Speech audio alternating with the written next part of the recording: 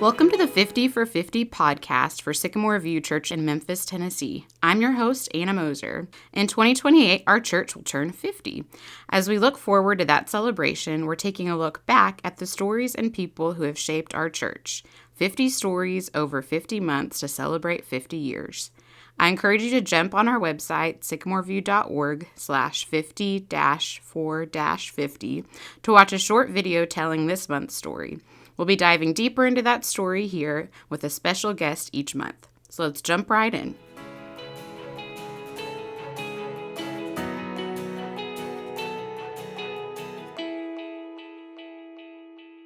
Welcome back to the podcast. It is July, and this month for 50 for 50, we are looking back on when our church decided to build the Family Life Center. And I have a very special guest with us today, Joe Godley. Hi, Joe. Good morning. I'm going to have you just start off by introducing yourself and telling us what brought you to Sycamore View and how long you were here and all that good stuff. I'm glad you asked that. I'm Joe Godley, and I started working at Sycamore View in October of 1978. And I tell many people that there was 3 reasons why I got the job to work here. First, I came to the elders meeting to meet with the elders wearing a suit. Only youth minister that auditioned for the job wearing a suit. Secondly, I brought my wife to the meeting. Only youth minister to bring their wife to the meeting. And then thirdly, and most importantly, all the elders who led Sycamore View at that time knew my wife's family. So I got the job at Sycamore View because of my wife's family. They didn't know me from anybody. So anyway, that's how it started. When I came to Sycamore View, there was just 2 staff people, the pulpit guy and myself. So I was the catch-all. I was educational director, personal evangelism director. We had a bus ministry back then. I was bus ministry director. Of course, youth ministry, I don't know, you name it. Oh, preach when the guy's gone. Oh, I was a song leader, had a minor in music from Frida Arteman. Okay. And so I would lead singing and do worship stuff, even back in those days. And so I started off in that, and the first thing I did in the first few years is find ways to hand off these responsibilities to other people because it was entirely too much work for one guy. So the education I handed off the bus ministry, and eventually I got to my bread and butter, the thing I love, youth ministry. And that is what I did most of my time here. I spent 26 years in youth ministry and about 5 or 6 as an administrative position like Jim Hinkle does today. And then I decided to retire and went back to school, got a master's in education, and taught school a little bit, not a lot. Worked for University of Tennessee for a while, teaching solar energy. And then I decided when my grant ran out with UT that I would just retire. There you go. So I've been retired. Good. So that's kind of where I'm at right now. I think that Sycamore View, what would I do without Sycamore View? Seriously. I mean, I raised my family here. You know, my kids loved it. You know, they were a part of what we did here. I mean, all the different family units that supported my kids and helped us. And I mean, it was our family for 32 years. And even when we decided to get out of full-time ministry and I moved on to some other things, part of being in the family, sometimes you need to get away from the family, and that's why we don't still attend here. But it was good. Yeah. It was good. Yeah. And I love this church. They love you. This is our first time to really get to sit down and talk because we never really crossed paths, but I hear so much about you and Cindy. I have friends that grew up in your youth ministry and just so many amazing stories. And so you have quite a legacy here at Sycamore View and are very well loved. So, and you've been here for a lot of big transitions in our church. You know, that's an interesting point. As long as Josh stays here, I've worked with every lead minister. Oh, wow. Since the beginning. That's awesome. Since March of 78 when they moved out here. So, yeah, it's been interesting. You know, that in that respect. Yes, I have been in all the transitions. So because I've slept a lot in the 40-something years, I'm not going to remember every single detail. I just want to make that clear for those who listen to the podcast. Yes. Don't expect me to say everything exactly perfect. I'm just going to give you what I understood. There you go. That's all we ask. So in the video, which I encourage everybody to go and check out, you talked about a trip that you and some other leaders took back in 1982 to Dallas to see what other churches of Christ that were growing a lot, what they were doing. Can you tell us, like, who all went on that trip? What was that trip like? What was the feeling coming out of that trip? That trip was organized by Randy Thomas, who was then the youth minister at the Macon Road Church of Christ. And all the guys on that trip, with the exception of myself, were off on the Macon Road Church of Christ. In fact, one of the guys that was on that trip, his grandson goes to church here now, and daughter, and that's Russell Corrin. Oh. Russell Corrin was on that trip. And it's, as I was kind of telling you before we started recording, that trip was a life changer for me personally. It gave me just a whole different perspective about what could be done in ministry if you plan and put your heart on it and have the faith to believe that those things can happen, that God will help you accomplish these tasks. Because I grew up in small churches in South Carolina. You know, a big church in South Carolina was 200 members. You know, so I go to Fred Hardeman. When I started Fred Hardeman, one of the things I liked about it was only like 600 people when I first started. Of course, it grew because I added 4 years during the time I was there. But at the same time, I mean, I was accustomed to smaller churches. So I go out to Texas, and we get on a motor home, and we roll all the way out to Texas, and we go to places like Richland Hills, Pleasant Ridge in Arlington, Turnpike in Grand Prairie, Garland Road, which is now Highland Oaks. And we visited all those places. And then we went on north to Oklahoma City, and we visited the Edmond Church of Christ in Edmond, and we also visited Memorial Road in Oklahoma City. So we visited a lot of churches. Now, I don't know what the status is on these churches today, but back then, they were hopping. I mean, they were growing fast, and they were doing things that we could do if we caught the vision that we could do it. And that was what was really exciting for me, is just seeing the possibility. I put together a notebook of all the materials I gathered from all these churches, because we met with ministers, we met with elders, and we sat down, and they'd hand us materials, organizational materials, all these kind of things. And I had a 3-ring notebook with like 3-inch rings, just jammed full of materials that I got. I wish I still had it, actually. Yeah. It'd be a great memoir. It would. But you kind of run out of room at home to put stuff away. So anyway, my wife says, oh, some of this stuff's got to go, Joe. So, but all the same, you know, we went out there and visited the churches, and I just caught a vision. You know, we can do these things. And the exciting thing about Sycamore View during that time is that people wanted to do something. I mean, they were really fired up and hungry to do something, because they had been in churches in the area that a lot of them were coming from other places that's struggling or just barely getting by.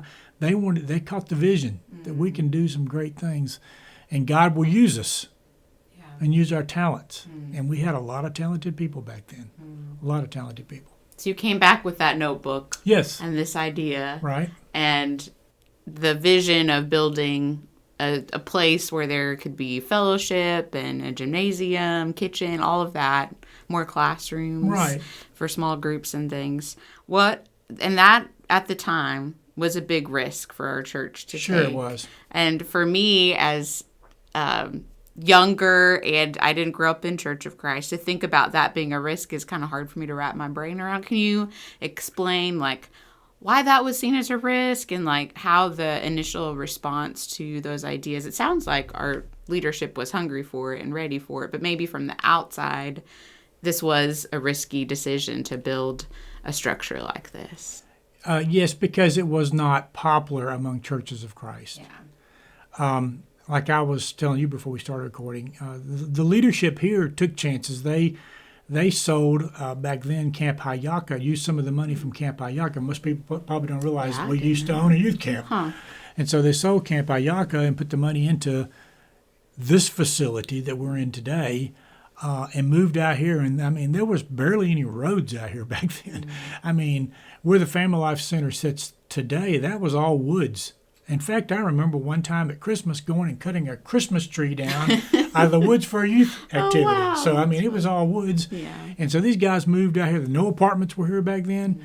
And they just had a vision, and they didn't know how that was going to be received. And as I mentioned to you, some churches didn't like it. Yeah. They didn't like us relocating. They didn't like what that meant, And but we relocated, and the elders here, I would say they were visionaries.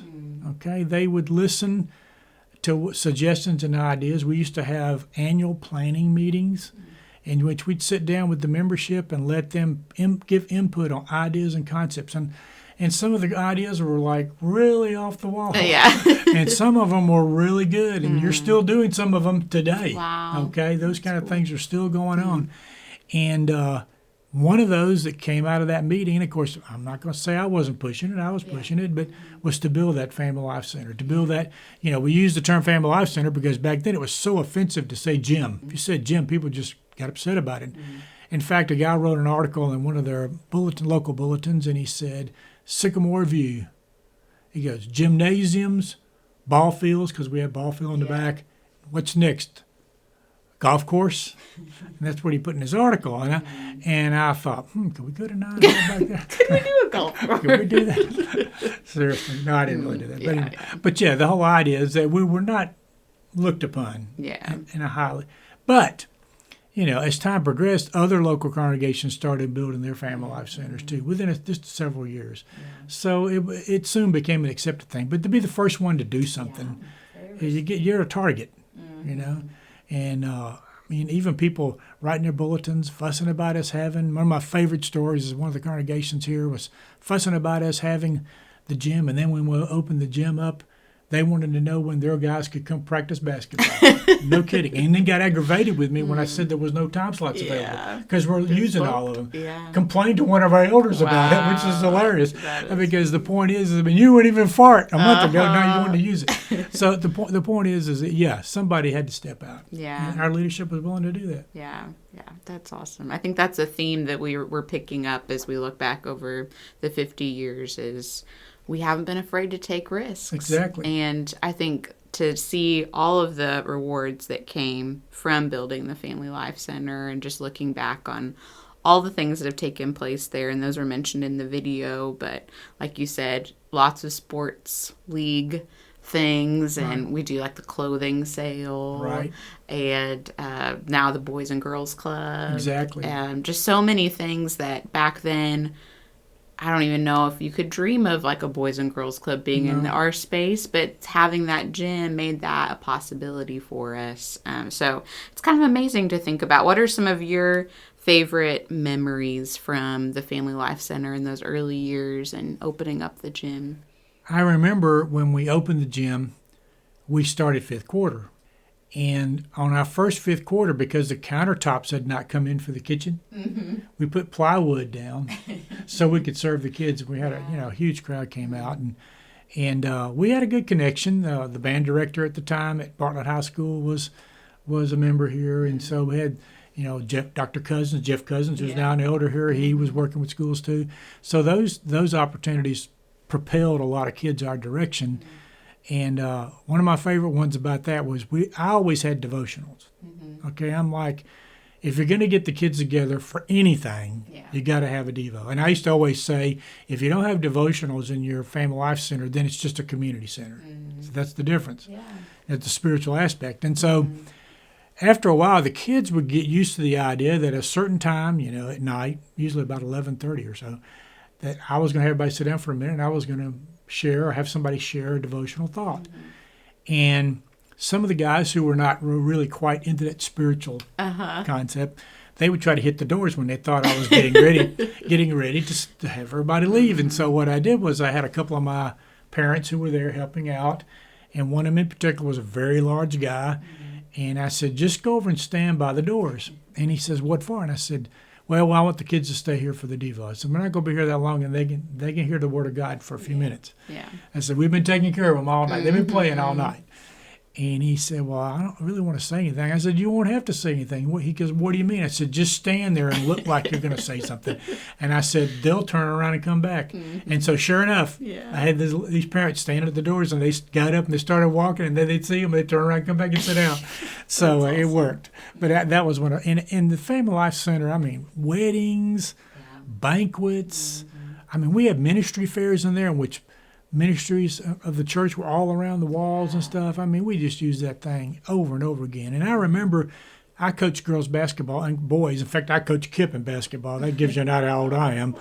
I'm getting old as dirt. But anyway, the sports teams and all the impact. We had so many sports teams practicing at Sycamore View. And these kids from the community, they weren't all from Sycamore View. We weren't large enough to have that many. They're all coming from the community and practicing ball and playing ball, having Christian coaches, Christian influence. And, it was such a positive thing. Yeah.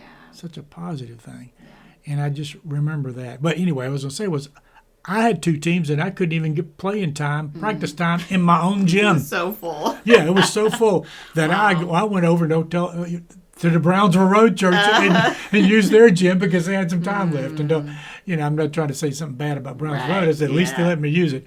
But it was really kind of funny because here's a guy who's like works with the kids, and I'm going to practice somewhere else. But that's how busy they was. Wow. It was positive. And one more story real quick.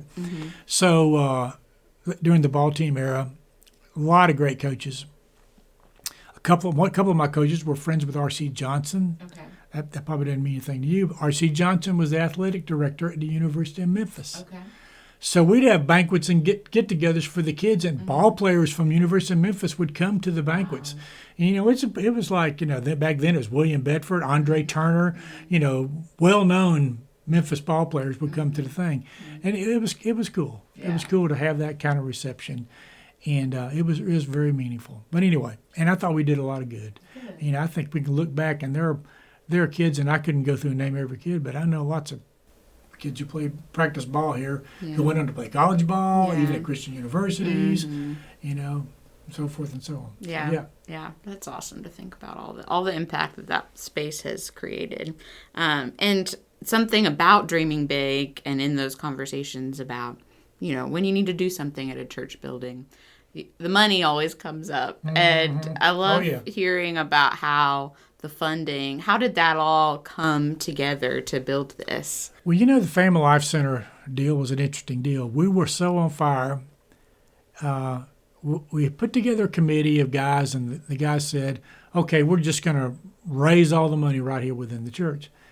And we raised about a third of the cost, maybe even a half of the cost on that one-time contribution. But that wasn't going to cover the whole thing. And the bottom line is nobody here was interested in not doing it. We felt compelled. We must do this. And the family that donated the steel to the building still had that donation in there. And people who donated to that one-time contribution had the option of keeping that money in the one-time contribution, or they could join in the bond. We had floated a bond program to finish up what we owed. And you got to picture this. This is in the 1980s. You know what interest rates were back then? Oh, I don't. 13% on my home. Wow. And so the risk of taking that kind of debt load to accomplish something is pretty awesome. I mean, that's really awesome on a part of our leadership to go ahead and do that. And we sold all the bonds in 24 hours to our own members. So it's like our own members own the bonds for the building that we're in. So it's only to their best benefit to give. Yeah. You see what I'm saying? It only works out to a positive. Wow. So it was all positive. And there were some times it got tight. I'm not kidding. I mean, it was 1980s. There was a lot of stuff going on. I remember one time the money got so tight that Donna Davenport and Kathy McCoy and myself, we said, we're going to have trouble making payroll this week. Because, and so I said, well, I think we've got enough money in the youth account right now. And so we literally paid the payroll that week out of the youth account. Wow. Which was for something else that we would put back. We put it back later. Yeah. But the point, the cash flow was that. I mean, it was that kind of situation, and yet that did not deter us. Yeah. We continued to go forward. Of course, it was paid for, and it's an awesome thing. Yeah. I love the quote from the video: "When people catch hold of a vision, generosity follows." And I think so. I think that people, when they see something, well. My favorite saying is nobody wants to give to a sinking ship. Yeah. So let's sell it positive. Let's see what we can do. And people see that vision and they'll give. Yeah. They'll give. I can tell other stories about other events that people gave to, but seriously, I mean, they saw the vision of what that Family Life Center could mean to this church, and it did mean a lot. You know, I got parent after parent right now, and I got really the kids that were here remember that. They remember that, all the things we did there in that facility, you know. Yeah, it really makes me appreciate the space more. Like the next time I'm in it, just looking around. Yeah, sacrifices were made to get that space. Yeah, you know? And I think sometimes when we're in a space, we might see the flaws of it or the frustrations that are like, you know what, this was a gift, and it's been really used and stewarded really well. So yeah, and I think about, you know, the policeman's fireman's breakfast started, and we were over there. And I'll just tell you, I would get up early. A bunch of guys would get up early. We'd show up here at 5 o'clock in the morning, start cooking. And it was one of my favorite days of the year, just cooking food and talking to those guys and just letting the community know we're here. Yeah. And we care about you. Yeah. You know, and I think that the whole concept of helping people see Jesus, I mean, we're here to help them see Jesus. I mean, we're in the people business, you know? Yeah. Yeah, and it really did help us become a community hub of sorts. So, yeah. Well, I just want to say thank you for coming and being on the podcast today. But more than that, just thank you for, to have a youth minister that stays at a church that long is a huge legacy that you left. And then Jim coming in and staying as long as he did. Exactly like right. that.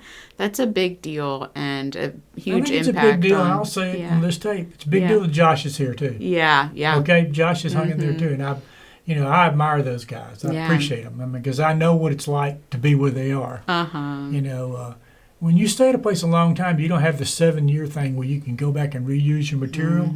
You've got to keep creating new material. I mean, even as a youth minister, I couldn't do everything the same way I used to do. I had to keep changing. Yeah. Because otherwise, everybody just would be bored. They would get bored. Same old thing. You know? Yeah. So.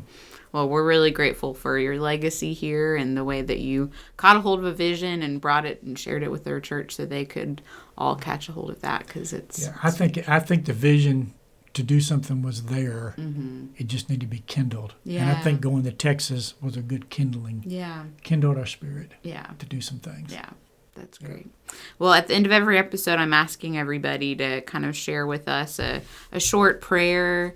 Because we're looking back over the past 50 years, but we're also looking forward to the future. We want to be a church that continues to grow and change and reach the next generation. So what would be a prayer that you have for our church as we keep moving forward?